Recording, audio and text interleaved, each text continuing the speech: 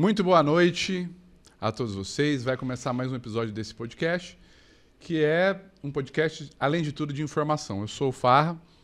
Eu sou o Calil.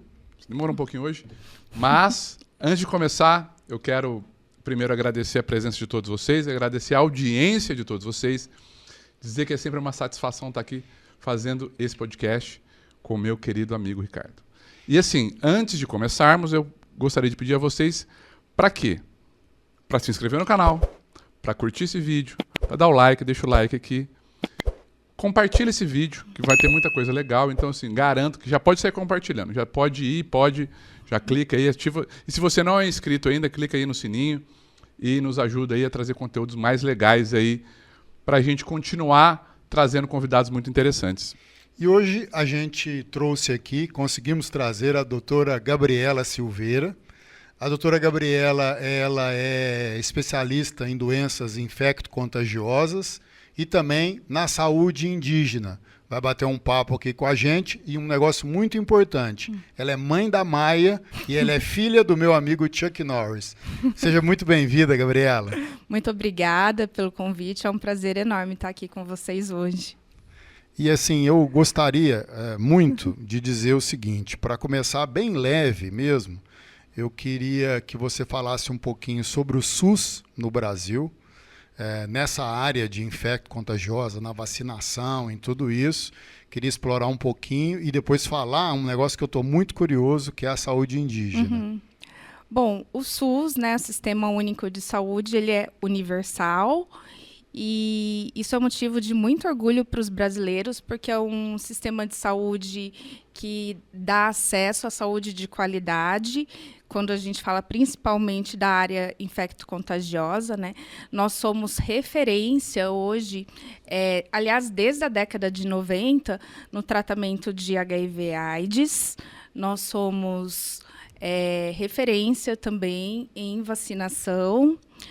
E isso está disponível na UBS, em todos os lugares, né, que você procura nas cidades tanto maiores, grandes centros, como no caso da saúde indígena e outros programas, né? A gente tem um programa que chama PSF Fluvial, lançado em 2010 pelo ministro Padilha, na época, que faz visitas domiciliares e leva estratégia de saúde da família para comunidades pantaneiras e ribeirinhas do Amazonas. E a saúde indígena tem uma complexidade enorme, né? O SUS chega em aldeias com 12, 15 horas de barco, voadeira, avião monomotor. Algumas a gente precisa de ajuda da Força Aérea, da FAB, né? Então, realmente, o SUS é para todos. E assim, uma questão que eu te pergunto de plano você já esteve nesses locais de índios aldeados, né, às vezes índios não integrados, né? Eu queria que você contasse um pouco da sua experiência com esses povos. Tá. Eu fiquei na saúde indígena durante quase 8 anos. Eu era médica de uma etnia indígena no Nordeste, no Ceará, que é a etnia Tremembé. E durante 4 anos, além da etnia Tremembé, eu fazia supervisão do programa Mais Médicos em área de difícil acesso. Então, eu ficava uma semana a cada 2 meses no Amazonas supervisionando os médicos, que na maioria lá eram cubanos, né? Antes de entrar exclusivamente na saúde indígena, eu passei um tempo trabalhando no Pará, em Santarém. Era uma parceria da USP de São Paulo com o município local, né? E lá eu tive a oportunidade também de conhecer o Etnia Zoé. Etnia Zoé entrou em contato pela primeira vez no início da década de 80 e até hoje eles são considerados indígenas de contato intermitente. Mas foi a primeira etnia que a FUNAI fez uma política diferente, porque até então a política era entrar com vacinação, entrar com a aculturação da população local não indígena, né?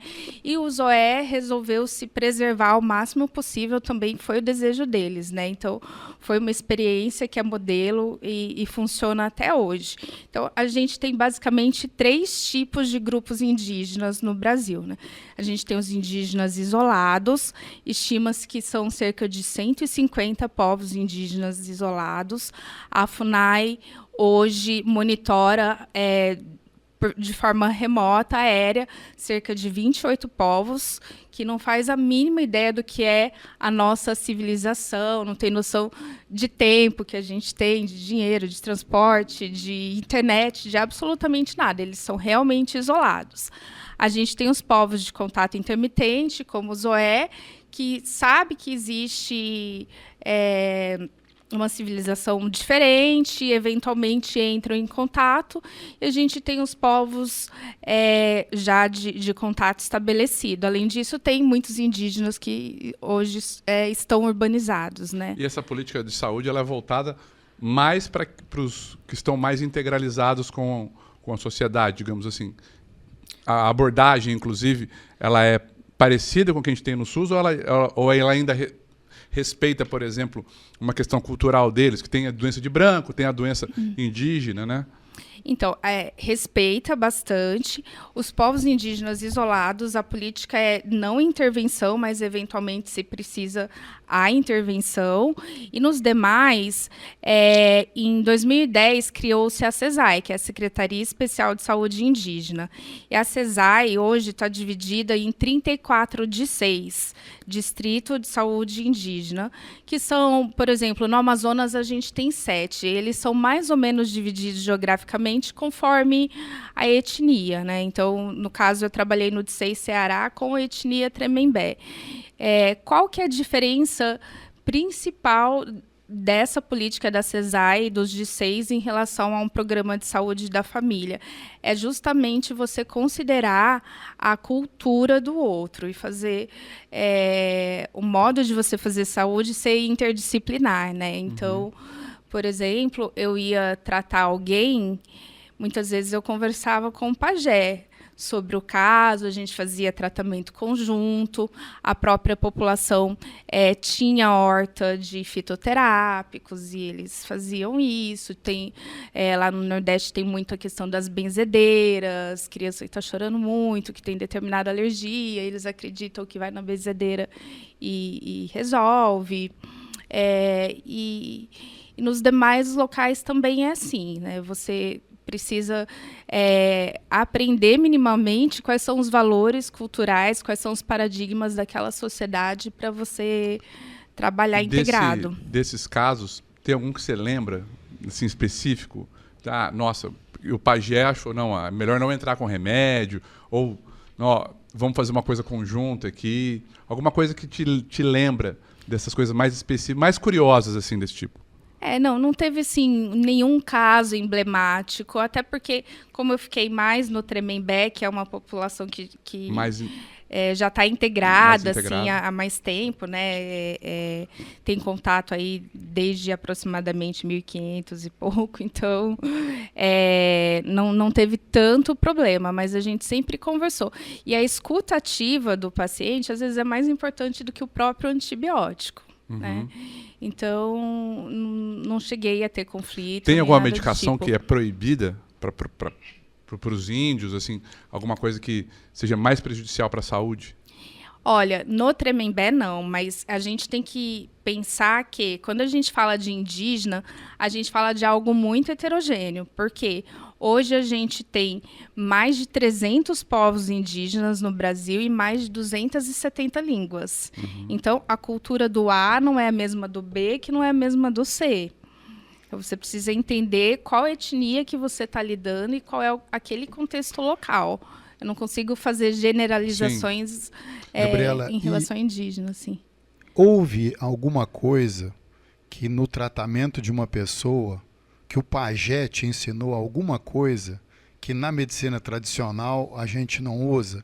Rapaz, se usar tal erva, não é que dá resultado? Tem alguma coisa que você viu assim, que chamasse a sua atenção, de você pensar, isso aqui podia ser incorporado? Olha, eu acho que as medicações, assim, tem, de modo geral, as ervas, elas têm alguma propriedade farmacológica, né? Inclusive, o SUS tem um documento com essas propriedades. Então, sim, eles têm uma planta que eu não sei qual é o nome científico, que eles chamam de anador. E essa planta realmente funciona quando você está com dor de cabeça, faz o chá de anador e muitas vezes não é necessário o medicamento, né? Agora, eu acho que a grande lição que eu aprendi com eles, e gozado que quando você vem para Barretos e começa a trabalhar para a fundação, né, para o Hospital de Amor, você também tem isso, que é a questão da paliatividade dos pacientes, né? Porque eu acho que, de modo geral, na faculdade de medicina, na residência, pelo menos na minha época, né? Espero que já esteja mudando isso. A gente é muito treinado a tentar diversos tratamentos, a resistir até o fim, mesmo com o paciente já sem qualidade de vida, sem muita perspectiva de recuperar essa qualidade de vida, né? Então, isso eu acho que eles absorvem melhor. O paciente teve um AVC, por exemplo, que é algo relativamente que a gente consegue lidar, vai ficar com uma sequela, vai fazer fisioterapia, mas tomar medicamento e tal, não vai fazer nada. Não vai levar para o hospital, não vai fazer tomografia, vai ficar na rede de quarentena, mesmo não sendo uma doença contagiosa, era isso que eles falavam, e se sobreviver, vai lidando. Então, assim, muitas questões que normalmente eu teria uma conduta diferente antes de estar na saúde indígena, eu precisei aprender a respeitar a cultura, o que eles entendiam como qualidade de vida e o que eles queriam, né? Porque eles tinham autonomia para decidir isso. E uma curiosidade. Nesses povos mais isolados, que têm pouco ou nenhum contato com o branco, né? Puros, né? Posso dizer que eles são mais puros, né? Como será que foi, já que estão monitorados, essa questão da Covid para esses povos? A Covid não chegou lá? Será que os americanos não foram lá pregar a religião ainda? Eles estão isolados mesmo? Então, tem povos que estão isolados mesmo, mas, por exemplo, a questão do Zoé, né? Eu, infelizmente, tive a oportunidade de conhecer essa etnia, que é muito fotografada, né, pelo Sebastião Salgado, porque eles estavam num contexto de surto de febre tifoide.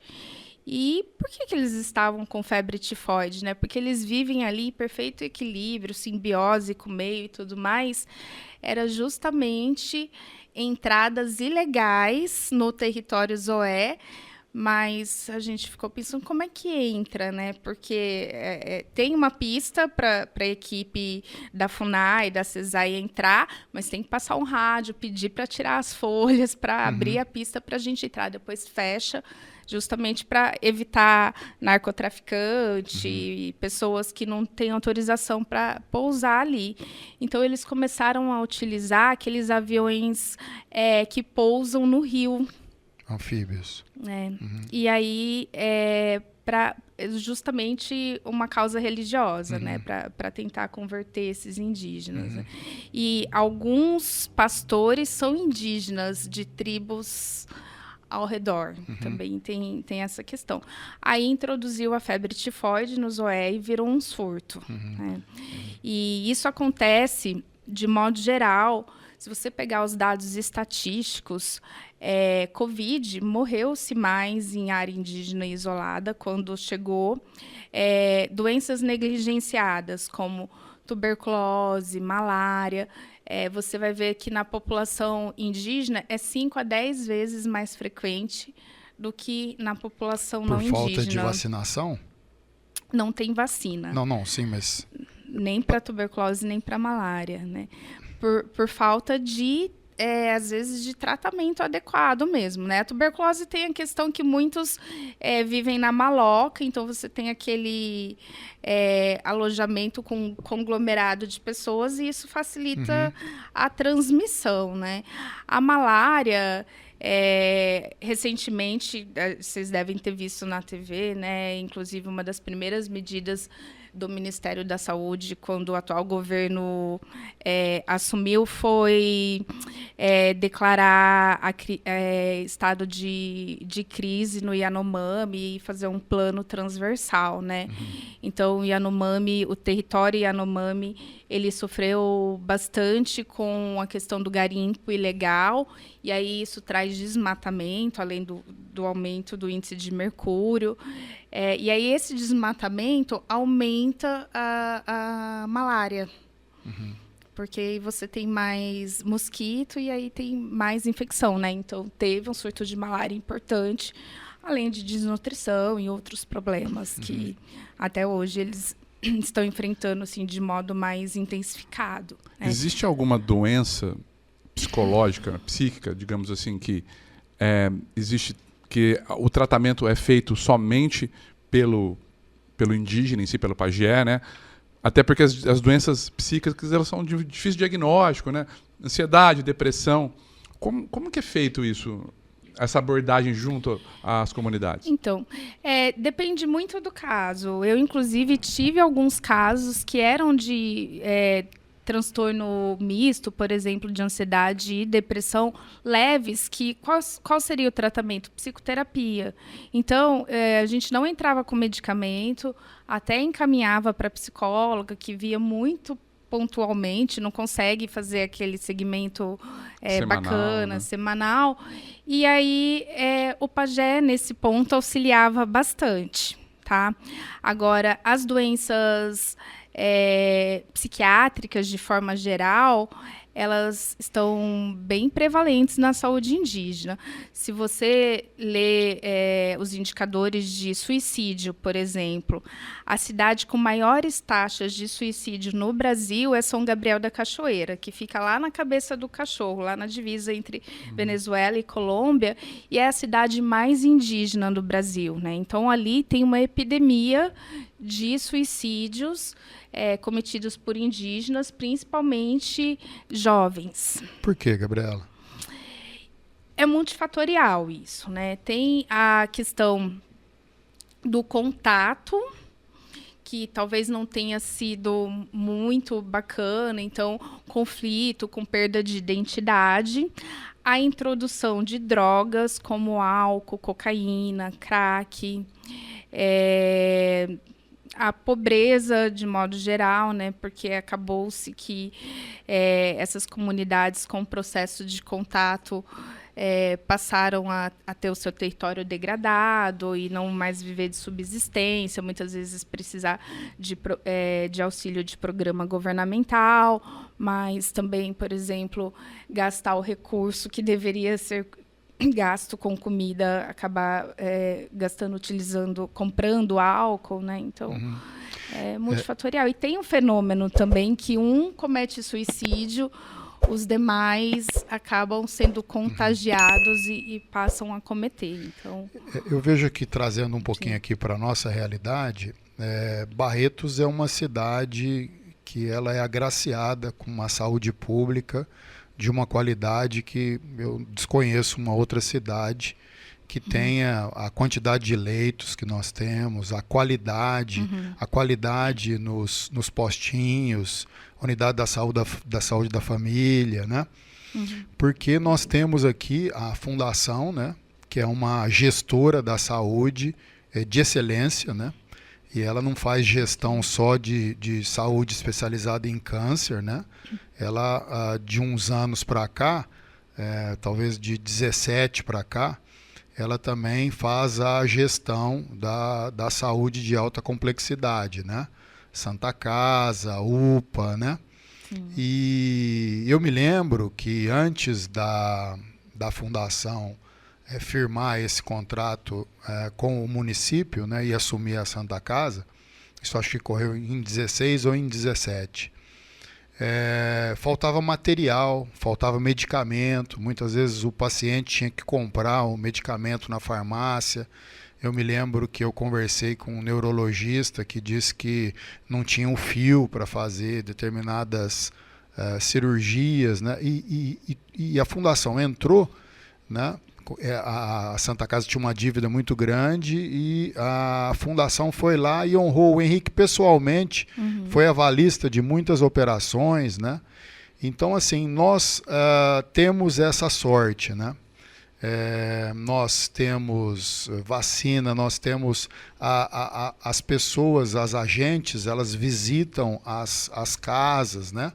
Então, assim, é um negócio excepcional e a gestão da fundação nos postinhos, eu conheço assim de perto, é um negócio assim que trata, né? É fantástico, né? Então, eu queria falar um pouquinho da pandemia, né? Da vacinação. O Brasil perdeu muitas pessoas, infelizmente, né? Muitas pessoas. 700 mil, eles dizem, talvez possa ter uma subnotificação, talvez o número seja maior, né? E aí, de uma hora para outra, parou de morrer. E eu já ouvi de algumas pessoas, não de infectos, eu já ouvi de leigos, que isso é normal, que teve uma curva, que morreu muita gente e que depois parou. Coincidentemente, foi introduzida a vacina de Covid, né? E eu vejo assim que a vacina é uma questão científica, uma questão de saúde pública, não é uma questão política, né? Não é uma questão que se resolve com política, ela se resolve com ciência. Eu gostaria que você falasse um pouco disso. Sem dúvida, né? Infelizmente, desde a pandemia, isso ficou... A questão política no Brasil, a gente tem vivido um tempo muito polarizado, né? Não tem um meio termo e as pessoas estão passionais, eu diria. E aí a vacina, infelizmente, virou uma questão política. E isso, ainda que não com a mesma frequência que trazia na pandemia, mas tem trazido pessoas com síndrome respiratória aguda grave para o hospital. Porque não vacinou, então faz Covid grave. Hoje a gente quase não vê em função da vacina, né? As vacinas são muito seguras, existem estudos, né? Existe o estudo fase 1, depois o estudo fase 2, que você testa o fase 1 é bancado, o fase 2 você testa em animais, depois na fase 3 você testa em pessoas saudáveis, e na fase 4 você por exemplo, medicamento e vacina de uma forma geral. Na fase 4, é realmente que você vai para a população-alvo. Então, todas as vacinas, para serem aprovadas, por mais rápido que tenha sido, precisa passar por essas fases. São seguras, né? A gente vê que o sarampo, não sei se vocês acompanharam, né? Teve surto, inclusive, de sarampo nos Estados Unidos, com alguns óbitos. Esporadicamente, a gente tem alguns casos de sarampo no Brasil. E as taxas de vacinação, de uma forma geral, desde a pandemia, diminuíram, né? A gente começou a recuperar com intensificação das campanhas, com busca ativa, recente. Sobre essa questão da vacina, muito se ouve falar sobre a imunidade de rebanho, que provavelmente, dizem, tem influenciado na questão de você ter um controle da pandemia, de um modo geral, aliado ao fato de ter uma vacinação. Ou seja, você tem mais indivíduos que estão imunes, digamos assim, então você tem uma taxa de transmissão muito menor e você consegue ter um controle maior sobre a doença. E essa imunidade, ela teve realmente uma influência, essa imunidade de rebanho, num panorama geral relativo à doença? Então, a gente não tem como afirmar isso, né?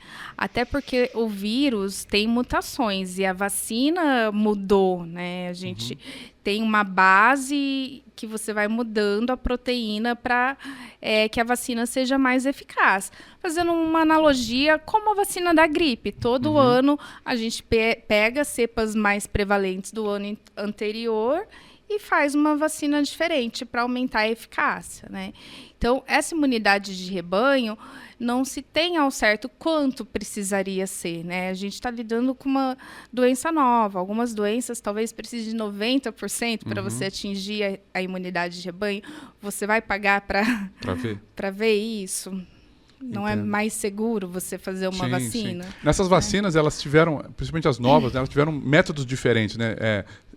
Técnicas diferentes, né, de RNA mensageiro. Sim. Você poderia dar essa palhinha sobre como é que foi feito essa... Porque, assim, como você mesmo disse, tem um prazo e umas fases a serem cumpridas, né?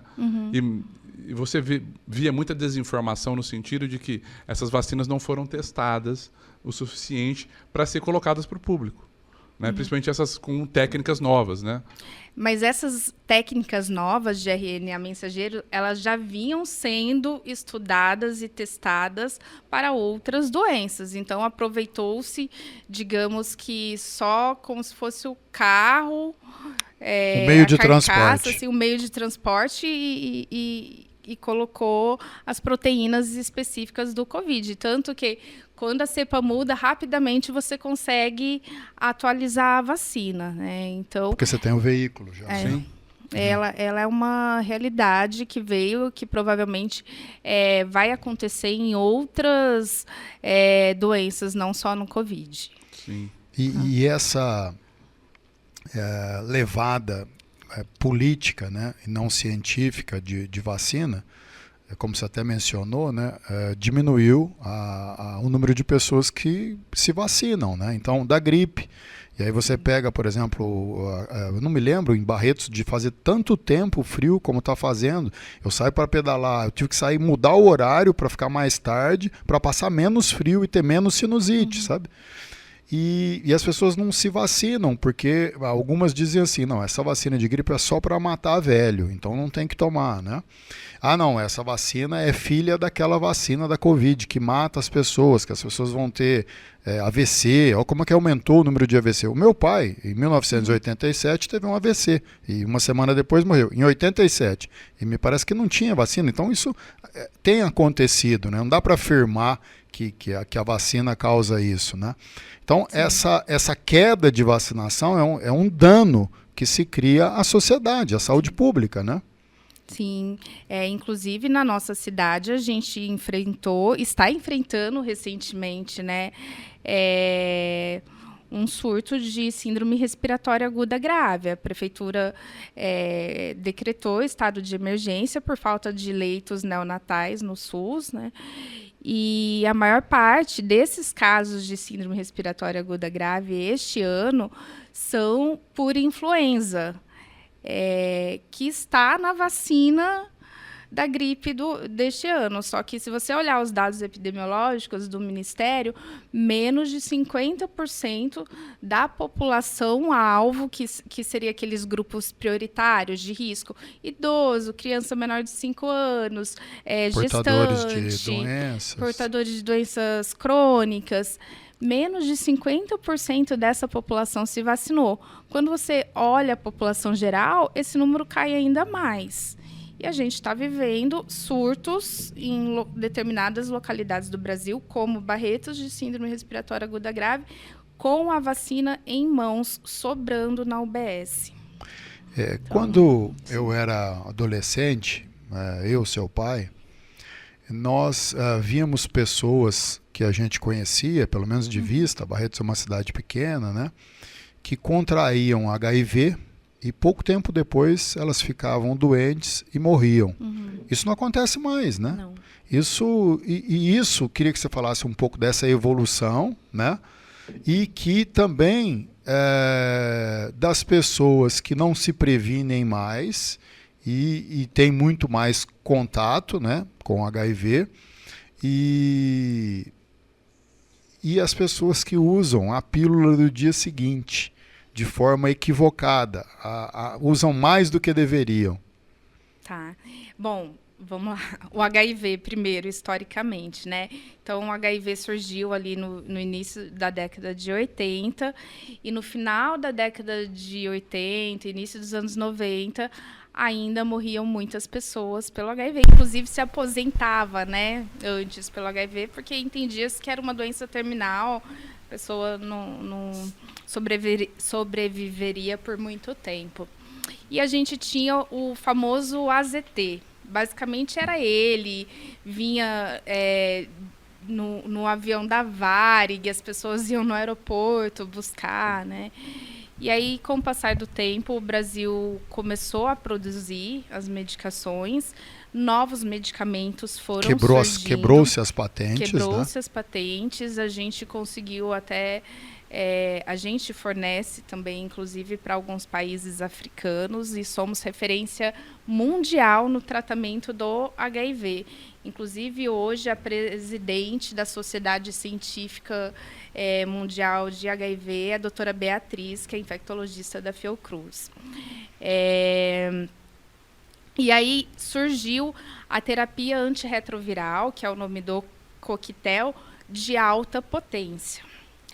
E por que chamava coquetel? Porque eram muitos medicamentos. A pessoa chegava a tomar 20 comprimidos num dia. Isso foi evoluindo, ficando cada vez mais potente, uma substância só, com possibilidade de você tomar menos comprimidos. E a gente conseguiu fazer com que o vírus ficasse o que a gente chama indetectável. Então, você tem vírus circulando no corpo.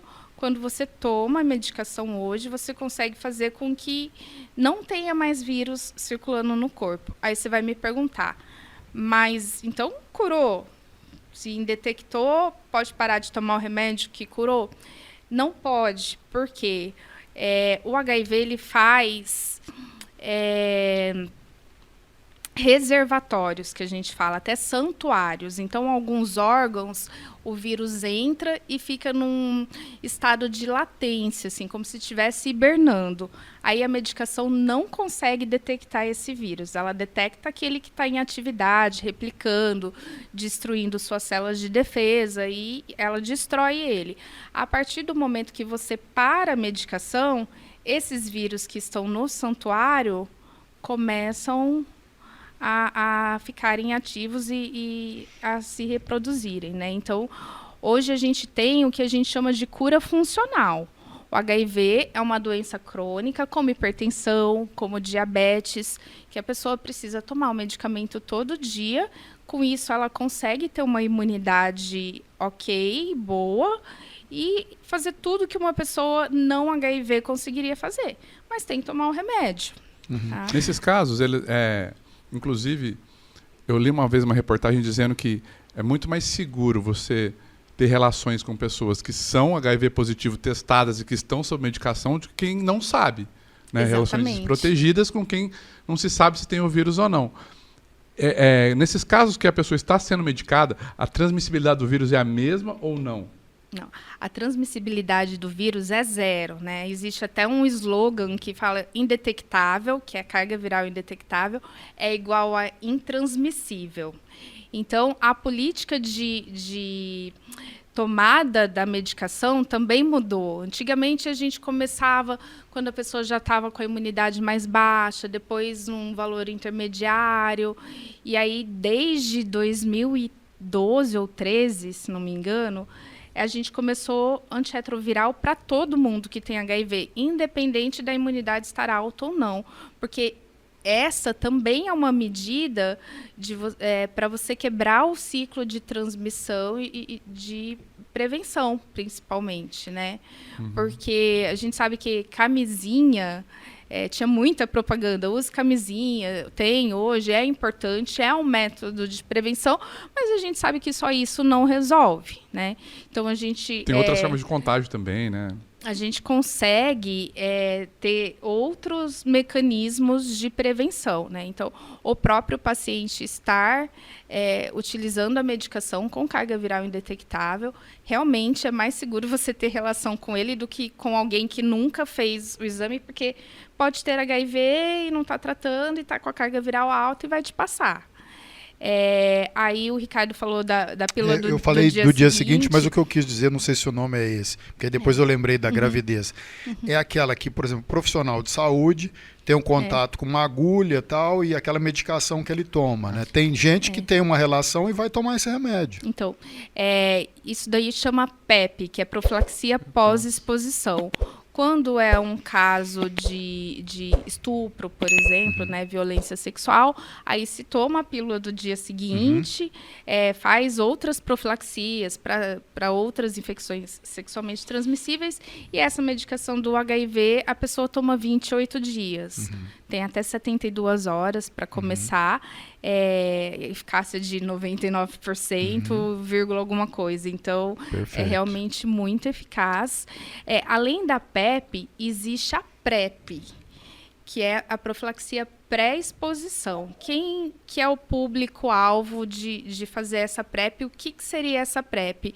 São pessoas que optam por não usar preservativo, por exemplo, e entendem que têm relações de risco e querem se proteger de alguma forma. Então, toma a medicação, não a mesma, mas uma bem parecida, todos os dias, e faz exame a cada 3 meses. Mas isso é recomendável? Acho que não sei. Isso é recomendável para alguns grupos. Por exemplo, homens que fazem sexo com homens, trans, pessoas que se relacionam com pessoas HIV positivo. Mesmo que elas tenham o controle. Porque, assim, se elas estão com o vírus indetectável, talvez não seja... ainda assim, essas pessoas tomam o PrEP? Isso depende muito do casal, né? A gente tem uma estratégia no Ministério da Saúde que chama prevenção combinada. Então, você pode ter a pessoa tomando a medicação com carga viral indetectável, mas você confia plenamente que ela vai tomar todos os dias e que você vai estar protegido? Se você confia, foi uma conversa, ok. Mas não, talvez ela não tome, ou vou ficar encanado. Tem a PrEP disponível também, tem o preservativo, o próprio lubrificante também é uma forma de diminuir a chance de infecção. Né? Isso então, só no caso do HIV, né?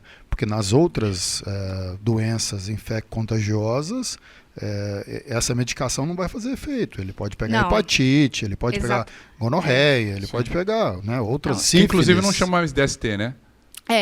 Chama IST, bem colocado. Você sabe por quê? Gostaria que você falasse. DST é doença sexualmente transmissível, né? IST, infecção sexualmente transmissível. Por que a gente trocou o D pelo I? Porque talvez a pessoa esteja infectada, mas não está doente. Não precisa estar doente para estar infectada. Então, você como HIV, engloba por mais. exemplo. Ele pode ser portador de HIV e tá são, né? Exatamente. Tem nessa área de saúde pública, não sei se você conheceu, o Dr. Leonardo, que trabalhava aqui no hospital e que agora está numa outra unidade que o hospital assumiu, marido da Amanda. Conheço, ele é um adoro craque, o casal. Ele é um craque, os dois, sim, né? Sim. A Amanda na UTI, ela é intensivista, né? E ele na saúde pública, ele é que montou essas unidades aqui, né? Que idealizou isso, inclusive fora do estado de São Paulo, né? Ele é um craque que um dia eu quero trazer aqui, né? Deixa eu te perguntar uma outra coisa que eu fiquei muito curioso com esses indígenas que não têm contato. Como que é feito esse monitoramento dessa população indígena sem contato? Com drone, com satélite, como é isso? E não há intervenção nessas pessoas, não há nessa população. Na maioria dessas populações não há intervenção. Normalmente é feito com satélite ou sobrevoos também. Algumas equipes da FUNAI encontram indícios dessas populações, principalmente as populações nômades, que são coletoras e caçadoras. Então, você encontra utensílios e tudo mais. Teve uma ocasião, então, assim, existem algumas exceções. Teve uma ocasião que uma dessas populações, lá no Acre, na divisa com o Peru, começou a sofrer pressão de narcotraficantes no território deles. Tiveram pessoas que foram assassinadas, e aí, com isso, eles saíram e começaram a entrar mais no território do Acre, e aí chocou com outra população, com outra etnia. Eles começaram a pegar utensílios, e aí teve um desentendimento entre as etnias, e o próprio contato, né? Essa etnia, essa outra etnia que já estava estabelecida, tinha vacinação, que não tinha contato, não tinha vacinação. Então, ficaram vulneráveis. Fica vulnerável. A gente tem uma preocupação muito grande. Os indígenas, de forma geral, eles têm muitas infecções respiratórias. Então, seja até pelo modo como eles se aquecem, como prepara a comida, né? Sempre em contato com fogo, com a lenha. E aí pegar uma infecção respiratória, uma gripe num paciente que nunca vacinou, ou mesmo um sarampo, né? Pode ser mortal, realmente. Esse contato maior que você teve com o povo indígena foi na época em que você morava no Ceará? Foi. E ali no Ceará também teve muito contato, ou só quando você ia para a Amazônia? Não, no Ceará eu trabalhava com essa etnia Tremembé, né? Hoje o Ceará, se não me engano, tem cerca de 13 mil indígenas. Então eu trabalhava...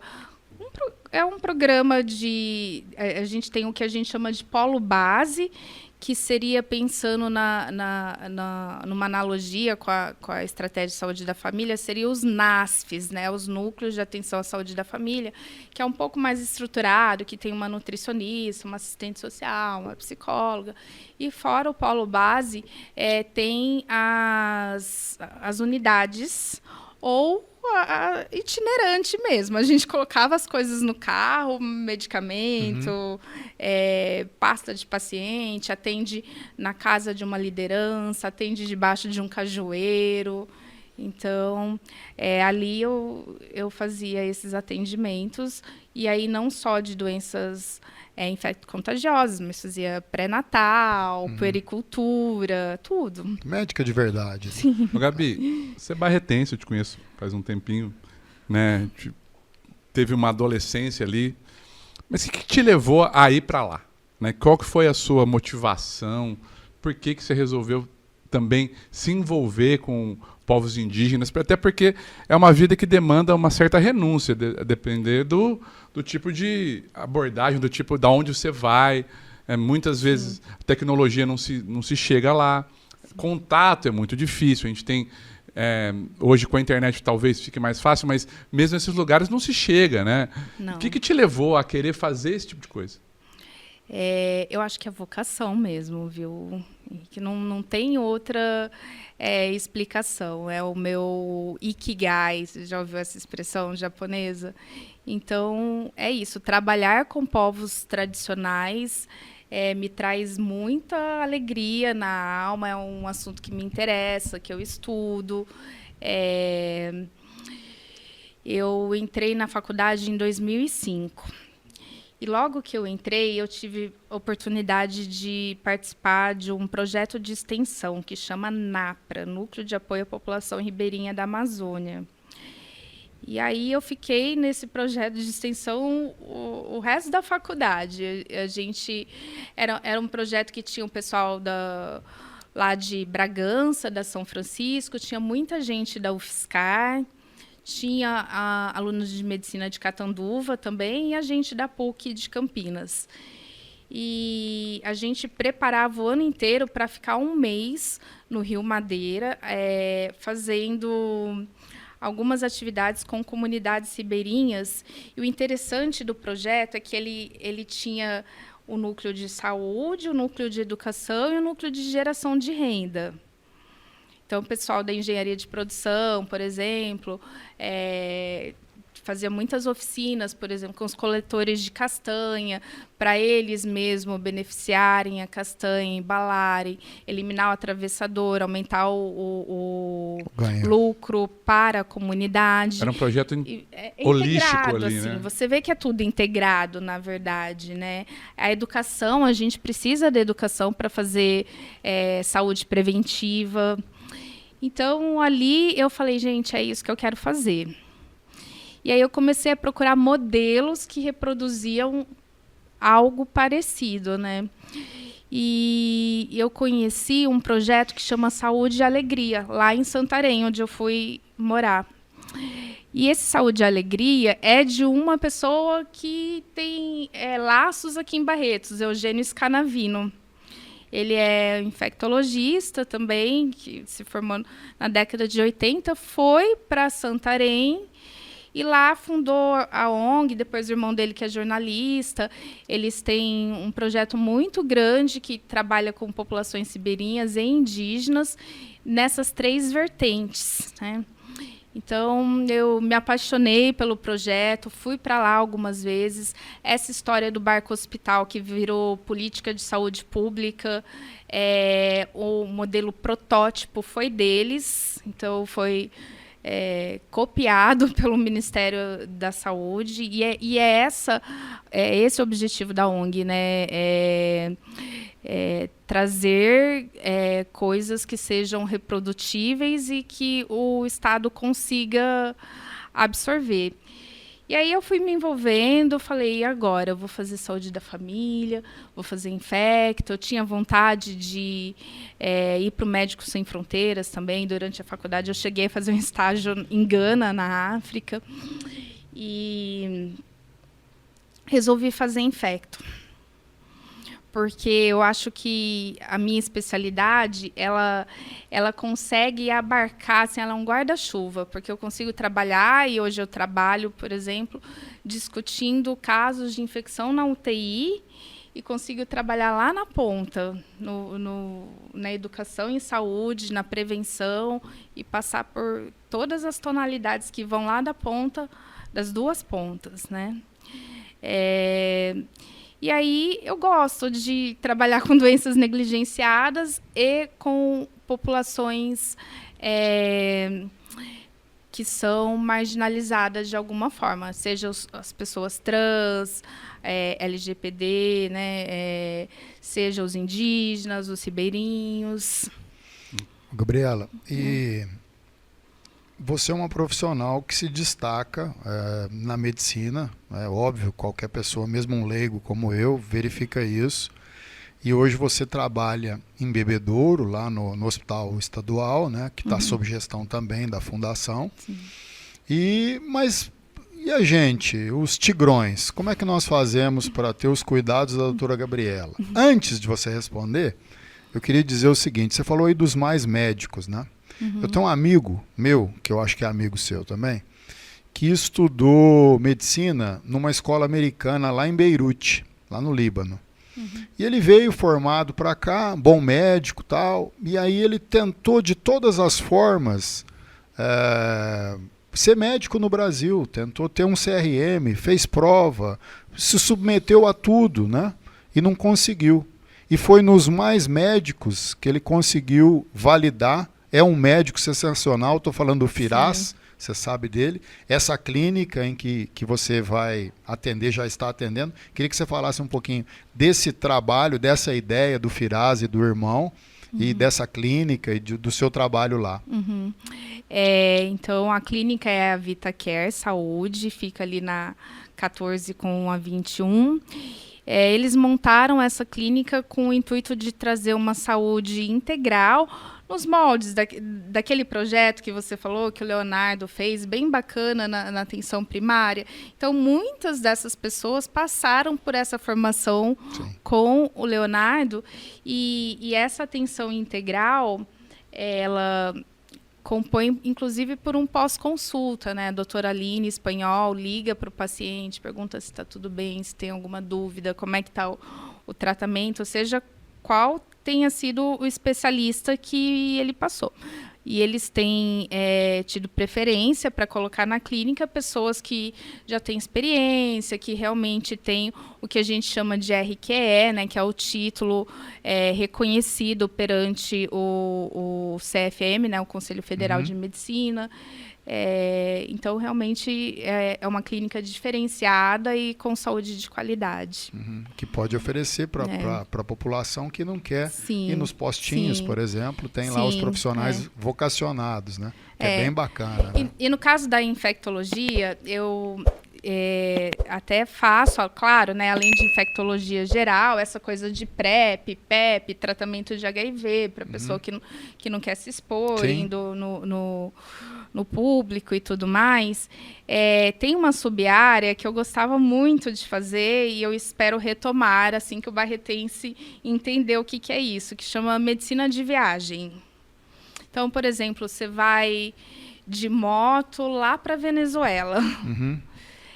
Você passa em consulta comigo, de preferência pelo menos 2 meses antes. Quando marca a consulta, tem que falar para a secretária para onde vai, a data que vai, quanto tempo vai ficar, mais ou menos assim, o que vai fazer, porque eu estudo o trajeto.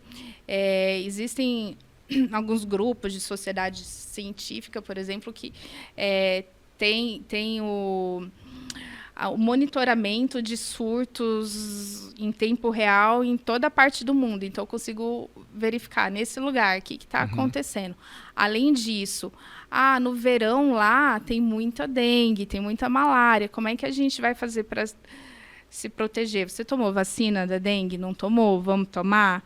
Você já se vacinou contra a febre tifoide? Sabia que tem vacina e, dependendo da área que você for, tem indicação de tomar? Hepatite A, para quem não teve, né? A maioria das pessoas teve hepatite A, provavelmente foi assintomática, mas quem não teve, o risco de pegar e ser uma forma mais grave quando adulto é maior. Então, nessa consulta de medicina de viagem, eu analiso tudo isso. Interessante. Para as pessoas não terem muitos imprevistos quando forem viajar, inclusive com farmacinha, assim, de sugestão de algum antibiótico, de repente teve uma infecção de ouvido, de garganta, então um antibiótico que vai conseguir contemplar, porque em alguns locais é muito difícil a gente ter acesso, né, no exterior a medicação e isso pode acabar estragando a viagem. Então... Gabi, você falou, inclusive, da dengue, né, e aqui nós tivemos um surto aqui, né? Aqui em Barretos, acho que nós tivemos, assim, talvez uma das cidades mais afetadas aqui foi Barretos. Como é que foi aqui, né, a dengue? Você falou da vacina e muita gente ainda acha que a vacina da dengue não é bom, né? Queria que você falasse um pouquinho também da dengue, porque eu acho que isso afeta muito a nossa realidade. A dengue é uma doença que é super barato de tratar, porque eu falo que é água e sal, né? Precisa fazer soro para tratar e precisa fazer soro bem, tanto para as pessoas que estão em casa, que faz aquele sorinho ruim de tomar no copo, precisa tomar, ou soro na veia, né? Eu espero que daqui uns 5 anos a gente não veja mais epidemia de dengue nesse país. E infectologistas futuros nem saberão direito o que é dengue, né? Vai ser uma coisa completamente fora da realidade. Mas, basicamente, a gente tem 4 sorotipos de dengue, então a pessoa pode pegar ao longo da vida a dengue 4 vezes. E o que acontece é que tinha um dos sorotipos que estava circulando há muitos anos. Então, se você já pegou aquele sorotipo, você não vai pegar a dengue novamente pelo aquele sorotipo. Então, se é o mesmo sorotipo, 22, 23, 24, você pegou em 2022, 23, 24, vai ser menor. Aí, quando tem introdução de um sorotipo que fazia muito tempo que não circulava, tem muita gente suscetível. Então, isso acontece.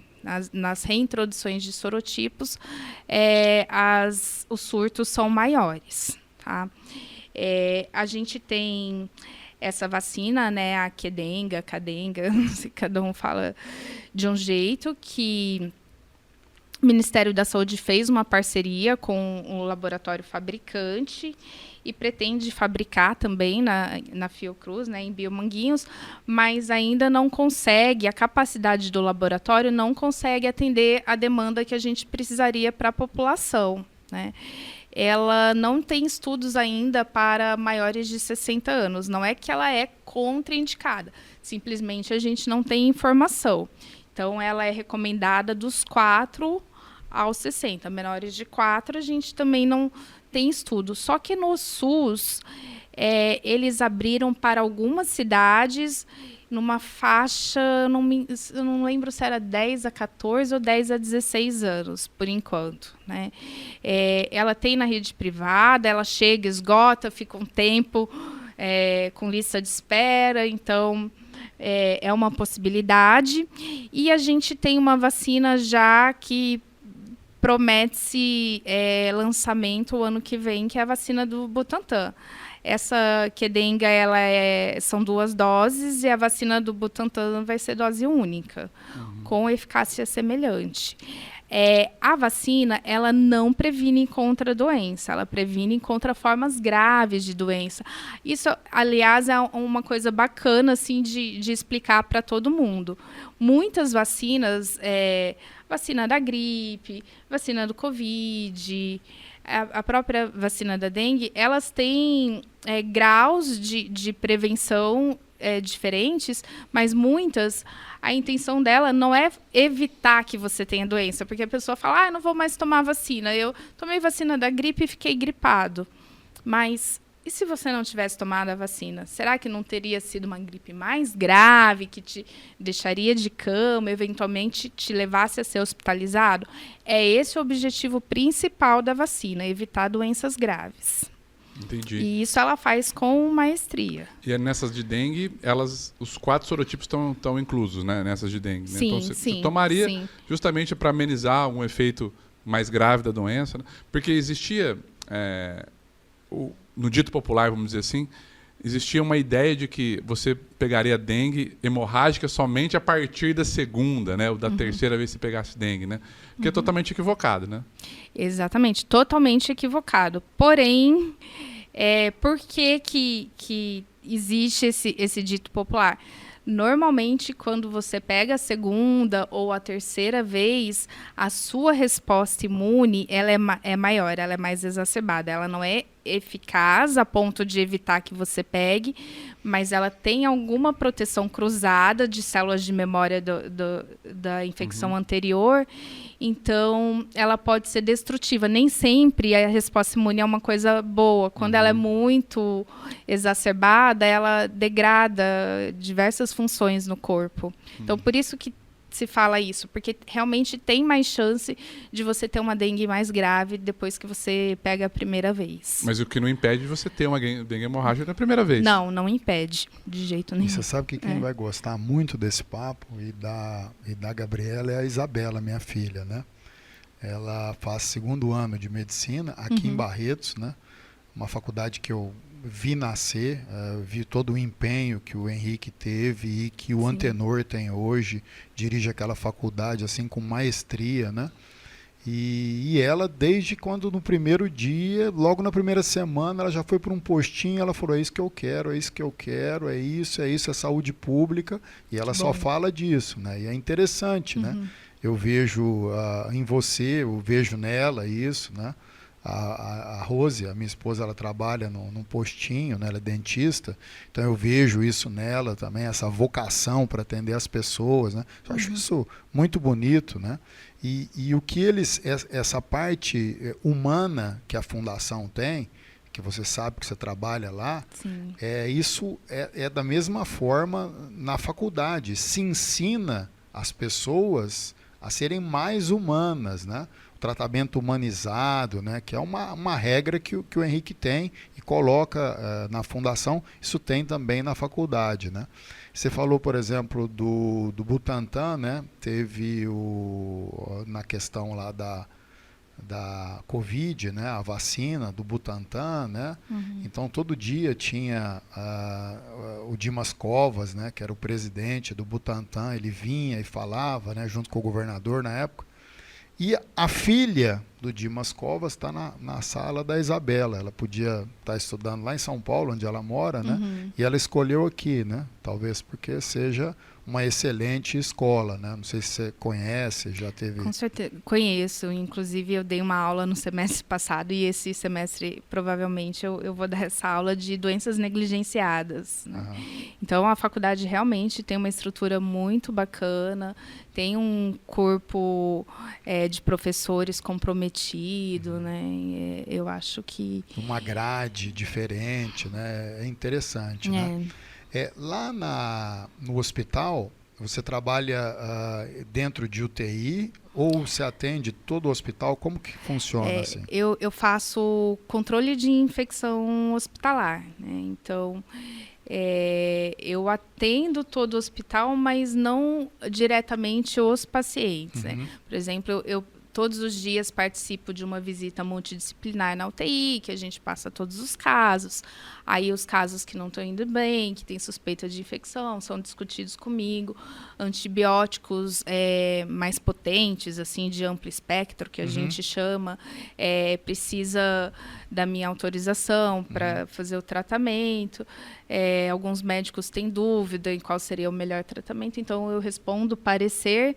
E, além disso, eu tenho uma função que eu nunca acreditei que eu fosse gostar. E aí, quando eu vim para Barretos, eu acabei me metendo nisso, que é a questão de sintetizar os dados, né, epidemiológicos ali de densidade e incidência de pneumonia associada à ventilação, né? Sim, infecção de trato urinário. Que é o que o Paulo de Tarso faz aqui em Barretos. Exatamente. Isso, é o mesmo trabalho. Exatamente, ele é meu chefe. Conheci ele, né? Gabriela, já partindo assim para os finalmente, a gente normalmente pede para o nosso convidado deixar uma mensagem, falar alguma coisa para essas pessoas que estão aqui nos assistindo, né? Tenho certeza que aquelas que deram o like lá no começo, na confiança, vão estar muito satisfeitas com o que foi entregue aqui hoje. E a gente queria assim uma mensagem sua para as pessoas que estão nos assistindo. Bom, eu acho que a mensagem que eu posso dar é realmente se vacinem, porque a vacina, a gente tem uma questão científica comprovada, independente de partido político, enfim, né? Tem um orgulho do SUS, também independente de governo. O SUS é um modelo de assistência no mundo, não existe igual, existe parecido, mas não chega a ser o que o SUS faz. Então, a gente precisa, a gente, que eu falo, nós brasileiros, né, ter mais um pouquinho de autoestima e não achar que tudo que tem no nosso país é ruim. Isso é muito importante da gente deixar claro. Eu quero... E, antes, dizer o seguinte, você que ainda não deu aquele like, dê aquele like, curta, compartilhe. Olha que conteúdo que você pode compartilhar, que tem a oportunidade. Eu queria só agradecer a Gabriela por estar aqui hoje. O podcast me proporciona algumas coisas, tipo essa surpresa que eu tive hoje, sem saber que a Gabriela era a Gabriela, né? Porque a gente se conhecia de adolescente. Você sabia que ela era filha do Chuck Norris. Sabia que ela era filha do Flávio. Mas não sabia que ela era a Gabriela, uma amiga minha de Soares de Oliveira, de Mirk, etc., de Vicentinho, mãe etc. da Maia, que é um barato a Maia, viu? Então, e o mais legal de tudo isso é que a gente pode conversar e a gente tem, assim, a oportunidade de conversar com pessoas brilhantes aqui. Então, assim, obrigado por ter dado o seu tempo pra gente, por ter nos proporcionado esses minutos aqui de conversa. Eu acho que todo mundo que está assistindo gostou demais. Muito obrigado. E as portas estão abertas aqui para voltar. Pode convidar que eu venho. venho. Te agradecer muito, Gabriela, e te dizer o seguinte, que no dia que esse programa aqui for ao ar, tenha certeza que você vai encher de orgulho o Flávio e a Paula. Muito, muito orgulho. Ver que eles acertaram muito na criação das filhas, da Gabriela e da Flávia. Muito obrigado, viu? Eu que agradeço.